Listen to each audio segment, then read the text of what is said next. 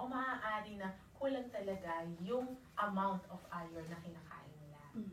Ano po ba yung mga pwedeng pagkuhanan po nung iron sa diet po natin? Sa diet natin, dalawa po pwedeng pagkuhanan natin ng iron. Una ay mula dun sa animal food source, o yung katulad ng mga karne, manok, isda. At yung pangalawa ay dun sa plant or vegetable source. So, ito yung mga green leafy vegetables. So, pag tinignan natin ang diet ng mga Pilipino, so mas marami kasi sa atin ang kumakain konting isda, and then mas marami gulay, and then kanin. Samantalang ang iron kasi, mas maganda kung makukuha natin siya sa animal food source. So, mas maganda kung kukunin natin siya sa karne, sa manok, sa isda, ngunit ito nga ay kulang pagdating sa diet ng mga Pilipino. Ideally po ba ang serving ng iron gaano karami? And so, kung gusto nating makuha yung total na iron intake natin, so kailangan natin about a cup of atay, so yung liver, pwedeng sa pork liver o kaya sa chicken liver. So, maaari din makuha natin ito sa pamamagitan ng karne.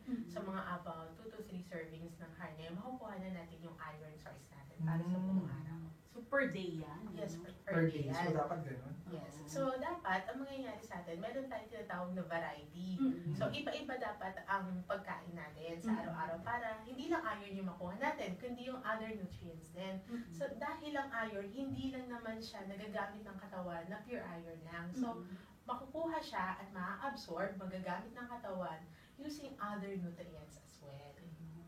Ma'am, sa pag-aaral niyo po bilang isang nutritionist, gaano kalala ang problema ng malnutrition sa Pilipinas at ilang porsyento ng mga Pinoy din ang undernourished or malnourished po?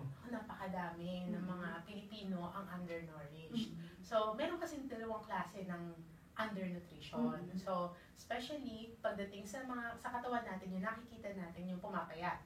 So, isang uri ng undernutrition yon. Pero meron din tayong tinatawag na hidden hunger. So, ano ibig sabihin nito? Ito yung kakulangan sa mga vitamins and minerals. Maaari ng isang tao ay nandoon sa wastong timbang, mukhang pag tinignan mo, okay naman siya. Pero maaaring kulang din ang kanyang nutrition dahil kulang naman siya sa vitamins and minerals. Kasi kung isang tao payat, ang iisipin mo ay kulang niya calories. Yan, di ba?